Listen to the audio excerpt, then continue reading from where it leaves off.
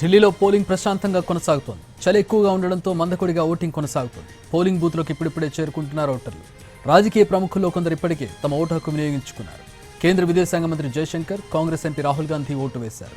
BJP అభ్యర్థులు పూజలు చేసి పోలింగ్ కేంద్రాలకు వెళ్లి ఓటేస్తున్నారు.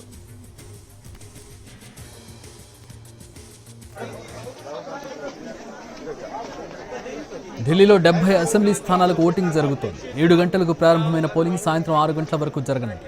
ఆ సమయానికి క్యూలో ఉన్న వారిని కూడా ఓటు వేసేందుకు అనుమతిస్తారు.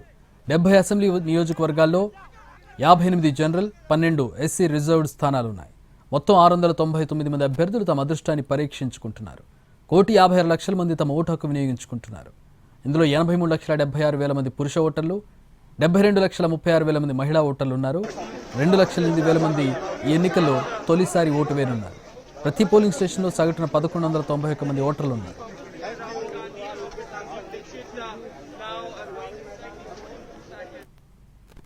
పోలింగ్ కేంద్రాల వద్ద ఎలాంటి అవాంఛనీయ సంఘటనలు జరగకుండా భారీగా పోలీసులు మోహరించారు. 220 కంపెనీల పారామిలిటరీ దళాలు, 35,626 మంది ఢిల్లీ పోలీస్ సిబ్బందిని, 19,000 మంది హోంగార్డులను ఎన్నికల సంఘం మోహరించింది.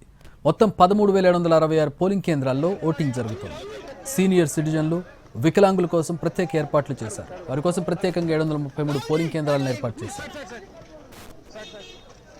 ఫలితాలు ఈ నెల 8న వెల్లడి కానున్నాయి. ఇవాళ సాయంత్రం 6:30 గంటల వరకు ఎగ్జిట్ పోల్ ఫలితాలు వెల్లడించొద్దని ఈసీ ఆదేశాలు జారీ చేసింది.